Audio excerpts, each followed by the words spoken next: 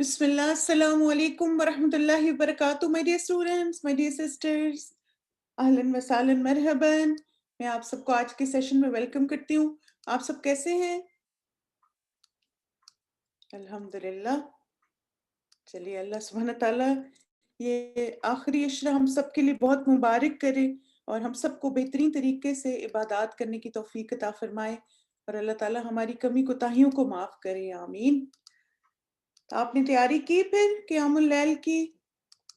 ذہنی، جسمانی، روحانی طور پر اپنے آپ کو ریڈی کیا؟ گڈ. کیونکہ آپ دیکھیں سب سے پہلے تو اپنے آپ کو ذہنی طور پہ تیار کرنا ضروری ہے نا، کہ کتنی امپورٹنٹ راتیں آ رہی ہیں اور مجھے اس میں کچھ اسپیشل کرنا ہے، اور اپنی کیپیسٹی میں جو بھی کر سکیں ضرور کریں. اللہ سے توفیق بھی مانگیں اور ساتھ ساتھ کچھ پلاننگ کے ساتھ زیادہ سے زیادہ عام روٹین سے نا بڑھ کے کرنے کی کوشش کریں انشاءاللہ. چلیے دعا کے بعد سٹارٹ کرتے ہیں پھر آج کا سیشن. نحمدہ و نصلی علی رسول الکریم، اما بعد، فاعوذ باللہ من الشیطان الرجیم، بسم اللہ الرحمن الرحیم. رب اشرح لی صدری ویسر لی امری واحلل عقدۃ من لسانی یفقہوا قولی. رب زدنی علما، اللہم اہد قلبی وسدد لسانی واسلل سخیمۃ قلبی. آمین. چلیے انشاءاللہ آج کی دعا شروع کرنے سے پہلے اس دعا کے حوالے سے قرآن اور حدیث میں سے کچھ ریمائنڈرز. اللہ تعالیٰ اپنے بندوں کی مدد کرنے کے اعتبار سے ان کے قریب ہے. یعنی جب بھی ایک بندہ اپنے رب پہ توکل کرتا ہے، اپنے رب پہ ڈیپینڈ کرتا ہے، اپنے رب کے حوالے اپنے سب معاملات کو کرتا ہے، تو وہ اللہ تعالیٰ کو اپنے قریب ہی پاتا ہے. یعنی پھر اس سے نا جیسے یہ احساس ہوتا ہے، ایک احساس ہمارے اندر اصل میں آ جاتا ہے کہ ہمیں یہ ہوتا ہے کہ there is nothing to worry now. اور پھر جیسے خاص طور پر جو نبی صلی اللہ علیہ وسلم کا واقعہ آتا ہے کہ جب آپ صلی اللہ علیہ وسلم ابو بکر رضی اللہ عنہ کے ساتھ تھے غار ثور میں، اور پھر آپ دیکھیں دشمن بالکل سر پہ آ گئے تھے، مگر اللہ پہ جو آپ صلی اللہ علیہ وسلم کا توکل و بھروسہ تھا، اس کی وجہ سے انہوں نے کیا کہا تھا؟ اذ یقول لصاحبہ لا تحزن ان اللہ معنا. اور جب وہ اپنے ساتھی سے کہہ رہا تھا غم نہ کرو، بے شک اللہ ہمارے ساتھ ہے. تو آپ دیکھیں کہ جس انسان کے اندر نا یہ کوالٹی آ جاتی ہے نا کہ وہ ہر موقع پر یہ سوچے کہ بس اللہ کا ساتھ مجھے چاہیے، کیونکہ بندے تو کبھی بھی ہمارے ساتھ ہمیشہ نہیں رہیں گے نا. آپ دیکھیں نا کہ جیسے جتنے بھی انسان ہماری زندگی میں تھے یا ہیں وہ ہمیشہ نہیں ہوں گے. تو جب انسان انسانوں پہ ڈیپینڈ کرنا شروع کر دیتا ہے تو ان میں سے کوئی سہارا اگر چھوٹ جاتا ہے یا چلا جاتا ہے پھر وہ دکھ اور غم کا شکار ہو جاتا ہے. لیکن جو اپنا سہارا اور اپنا سارا جو بھروسہ ہے صرف اللہ پہ رکھتا ہے، تو جب بھی اس کو مشکل، تکلیف، غم آئے گا تو اسے پتہ ہے کہ اسے کہاں رجوع کرنا ہے، کہاں جانا ہے. اور پھر یہ چیز اس کے کیریکٹر کو اور زیادہ اسٹرانگ کرتی ہے. اور پھر اسی طرح آپ دیکھیے کہ اللہ اپنے بندے کے قریب ہے. یہ حدیث سے بھی ہمیں پتہ چلتا ہے کہ ابو موسیٰ اشعری رضی اللہ عنہ سے مروی، وہ کہتے ہیں کہ ہم ایک سفر میں رسول اللہ صلی اللہ علیہ وسلم کے ساتھ تھے. جب ہم کسی وادی میں اترتے تو لا الہ الا اللہ اور اللہ اکبر کہتے اور ہماری آواز بلند ہو جاتی، یعنی ایکسائٹمنٹ میں یا ظاہر میں بھی ایکو ہوتی ہوگی.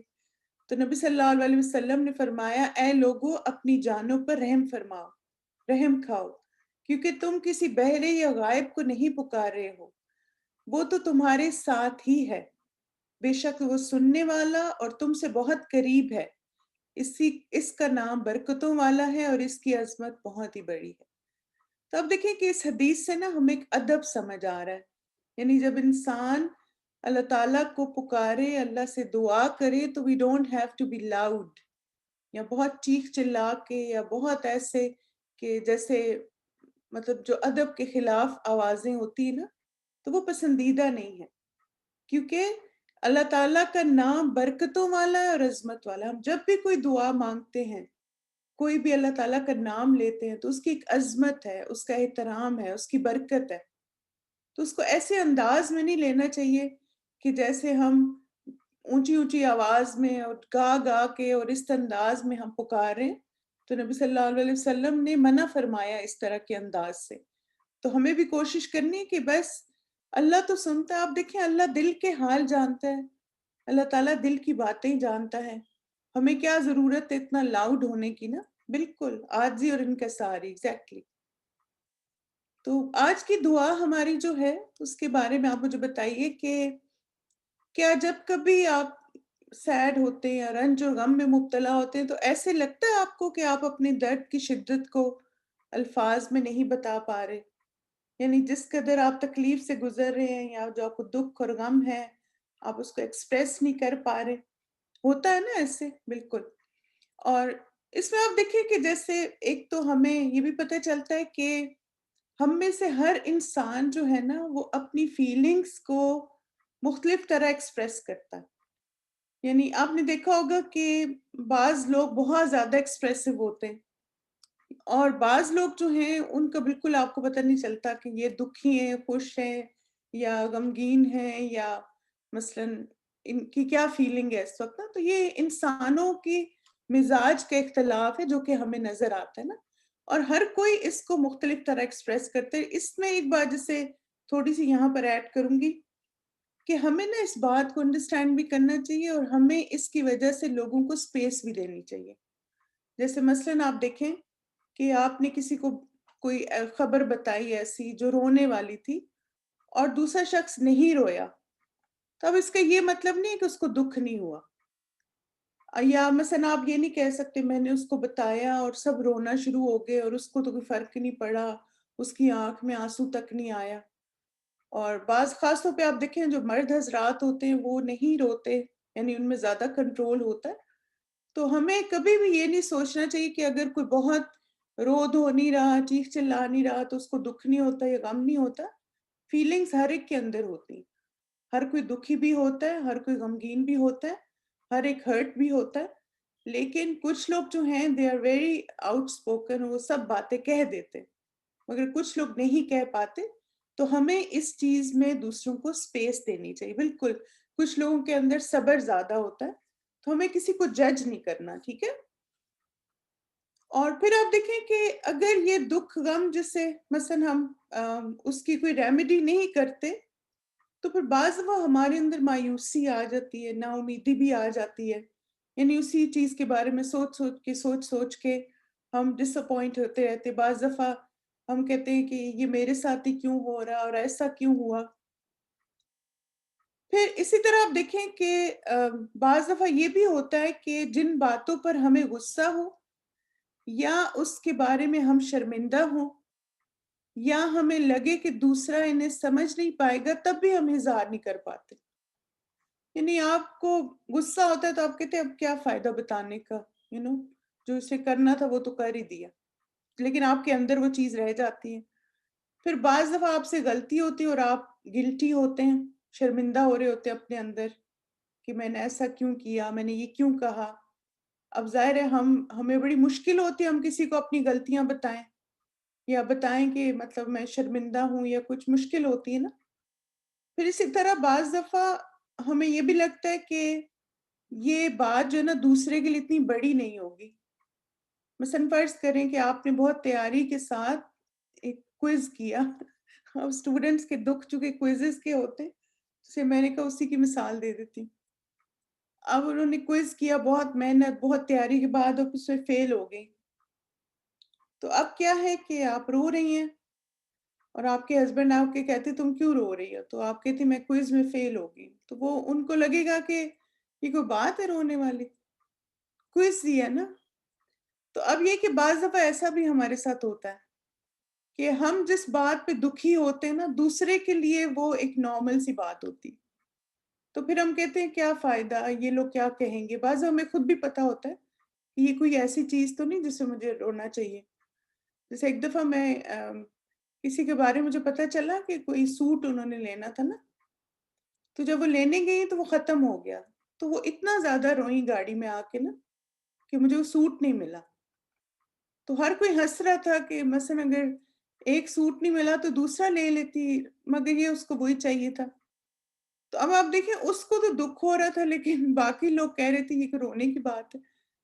تو اب یہ کہ ہمیں جب اپنے ایسے ریئیکشنز لوگوں کے پتہ ہوتے ہیں نا، تو پھر جو باتیں ہمیں دکھی کر رہی ہوتی ہیں، ہم پھر ان پہ جو ہے وہ اظہار نہیں کر پاتے۔ جیسے میرے ساتھ ایسے ہوا ایک دفعہ کہ میں پانی پی رہی تھی نا، تو میرے ہاتھ سے گلاس گر گیا اور میرے لیپ ٹاپ پہ نا کی بورڈ پہ سارا پانی چلا گیا، اور میرا کی بورڈ جو ہے نا وہ پھر بالکل ہی بند ہو گیا اور میں نے رونا شروع کر دیا۔ آپ کو پتہ ہے نا ہمارا تو کام ہی آن لائن کلاسز کا لیپ ٹاپ کے تھرو ہے۔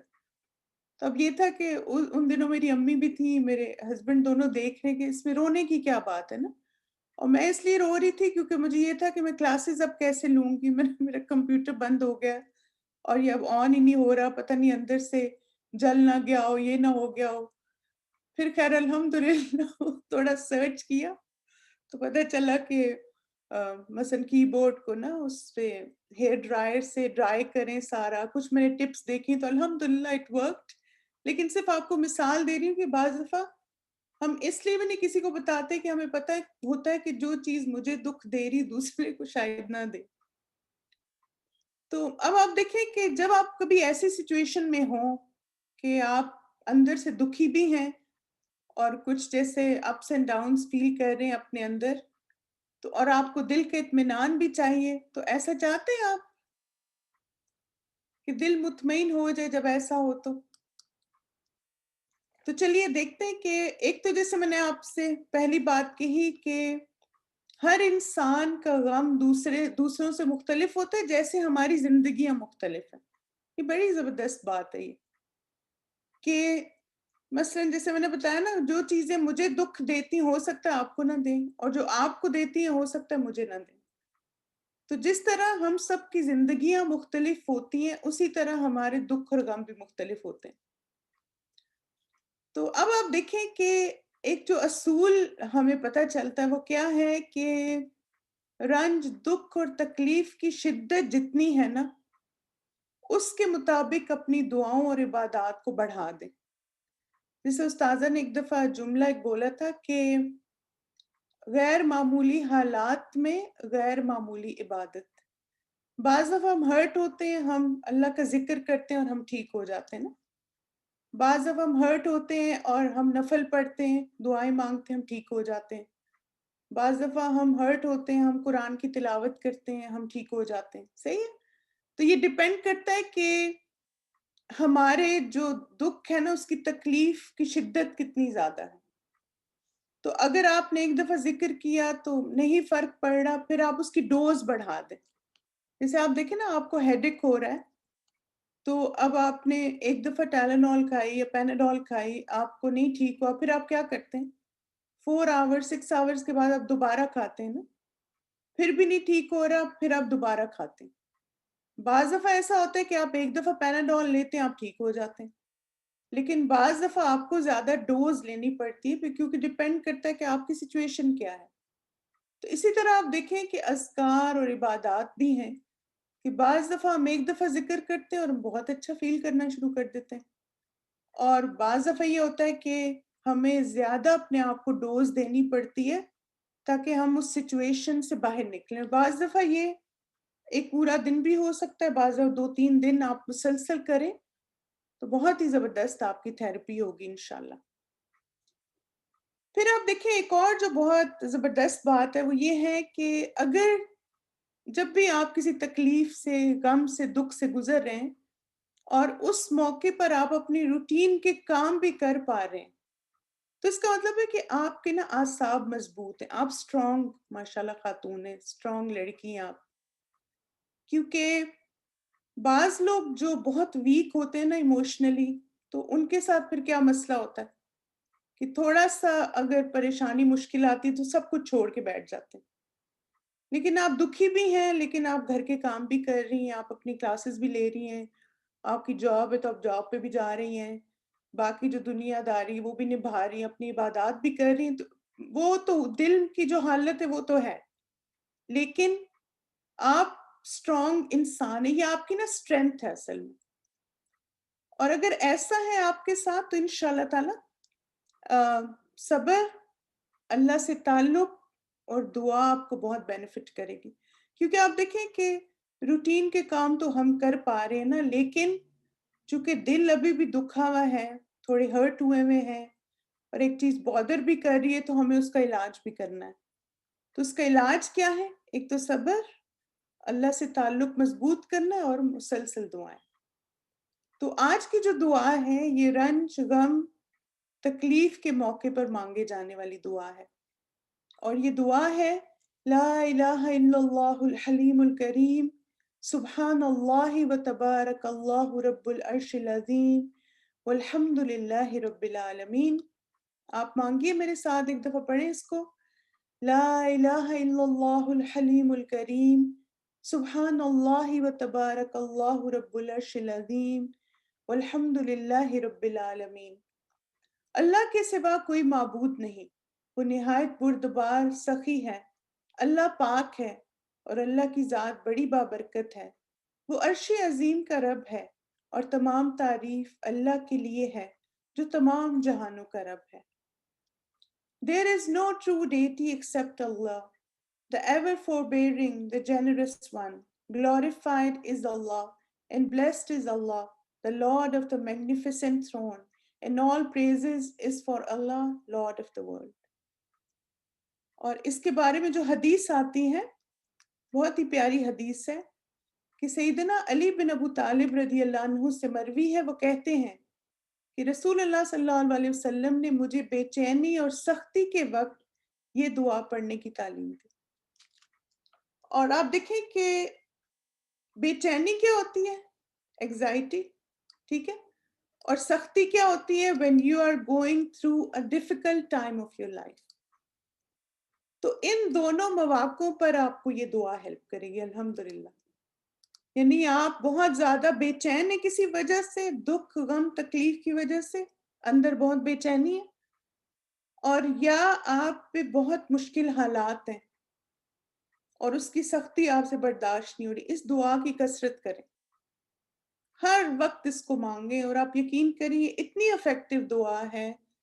پرسنلی الحمدللہ بہت سارے مواقعوں پہ مجھے اس دعا نے بہت ہیلپ کی، جیسے آپ نا اتنا سکون محسوس کریں گے انشاءاللہ، آپ کا دل جیسے ایسے لگتا ہے بھر گیا سکون سے۔ اور اس کا لفظی ترجمہ بھی دیکھتے ہیں انشاءاللہ، اور کچھ پوائنٹس آپ کو اور بھی بتاتی ہوں۔ لا الہ الا اللہ، اللہ کے سوا کوئی معبود نہیں، الحلیم الکریم، وہ نہایت بردبار سخی ہے، سبحان اللہ، اللہ پاک ہے، و تبارک اللہ، اور اللہ کی ذات بابرکت ہے، رب العرش العظیم، وہ عرش عظیم کا رب ہے، والحمد للہ رب العالمین، اور تمام تعریف اللہ ہی کے لیے ہے جو تمام جہانوں کا رب ہے۔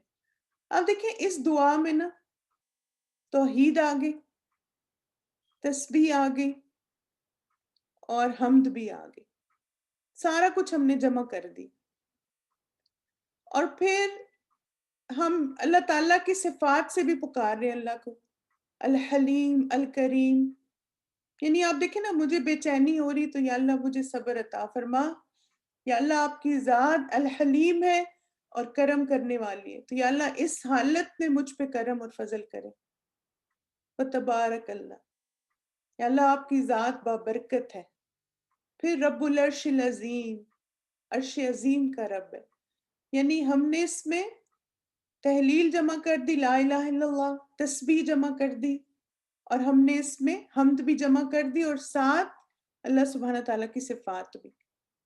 تو سب چیزیں جب جمع ہو جائیں تو آپ دیکھیں اس انداز میں جب بندہ اپنے رب سے دعا مانگے گا تو کیسے ہو سکتا ہے کہ اس کی دعائیں قبول نہ ہو۔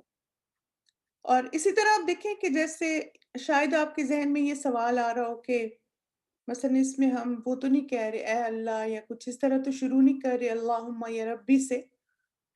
تو ایک بس پوائنٹ یہاں پہ یاد رکھیں کہ دعا جو ہے نا وہ دو طرح کی ہوتی ہے، ایک ہوتی ہے دعائے عبادت، اور ایک ہوتی ہے دعائے مسئلہ۔ دعائے عبادت کون سی دعا ہے؟ جس میں صرف اللہ کی حمد و ثنا ہوتی، اور دعائے مسئلہ کون سی ہوتی جو ہم اللہ تعالیٰ کے اپنی آگے اپنی حاجت رکھتے ہیں نا، جیسے اللہم یا ربی سے دعائیں مانگتے ہیں۔ ایک اور پوائنٹ جو اس دعا میں ہمیں سمجھ آتا ہے کہ آپ دیکھیں اللہ تعالیٰ میرا درد، دکھ، غم سمجھتے ہیں. کیونکہ جیسے وہ ہوتا ہے نا کہ ہمیں جب یہ فیلنگ آتی ہے کہ مثلاً کیا فائدہ بتانے کا، کوئی سمجھے گا تو نہیں، اور کسی کو پتہ ہی نہیں میرے دکھ اور غم کیا ہے اس وقت، لیکن اللہ تعالیٰ سمجھتے ہیں اور اللہ کو پتہ ہے. تو یہ دعا نا ہمیں ایک کنٹینٹمنٹ بھی دیتی ہے، ایک سکون دیتی ہے کہ میں نے اپنے رب کو بتا دیا. اور جیسے آپ دیکھیں کہ یعقوب علیہ السلام نے کیا کہا تھا، انما اشکو بثی وحزنی اللہ، کہ میں اپنے دکھ اور غم کا اظہار اللہ تعالیٰ سے کرتا ہوں. تو یہ اصل میں جب آپ دکھ اور غم کے موقع پہ اس دعا کو مانگتے ہیں تو you don't have to say کہ what are you going through. اللہ تعالیٰ کو تو سب پتہ ہے. جیسے میں جب اس دعا پہ غور کرتی ہوں تو میں یہ سوچتی ہوں کہ اللہ کے رسول نے دکھ اور غم کے موقع پہ کیوں کہا ایسے، یعنی کہ یہ دعا مانگے. اور اس میں حکمت ایک یہ سمجھ آتی ہے کہ ہمیں ایکسپریس بھی کرنے کی ضرورت نہیں، بس اللہ کی حمد و ثنا کریں. اور آپ دیکھیں قرآن مجید میں بھی بار بار ہمیں اسی بات کی تعلیم دی گئی نا.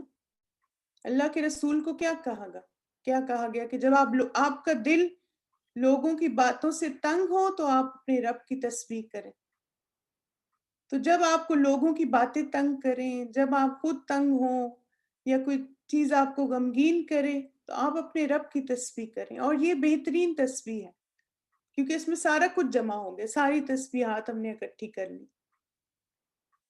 تو آپ دیکھیں کہ اسی طرح یہ بھی ہوتا ہے کہ جیسے ایک انسان جو ہے نا وہ ویک ہے نا، تو جب ہم اپنے سے بڑی ہستی کو پکارتے ہیں تو پھر ہمیں ایسے جیسے فیلنگ آتی ہے کہ اب میرے اس مسئلے کا سلوشن ہو گیا کیونکہ رب العرش العظیم ہے.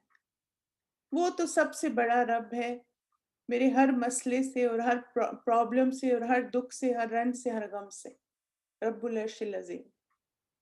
تو ہم نا جیسے بڑے سے بڑا دکھ، بڑے سے بڑا غم بھی ہمیں ہلکا لگتا ہے کیونکہ ہم کہتے ہیں ہم نے اپنے رب کے آگے اس کو رکھ دیا اور وہی رب اس دکھ اور غم کو میرے دل سے ہلکا کر دے گا.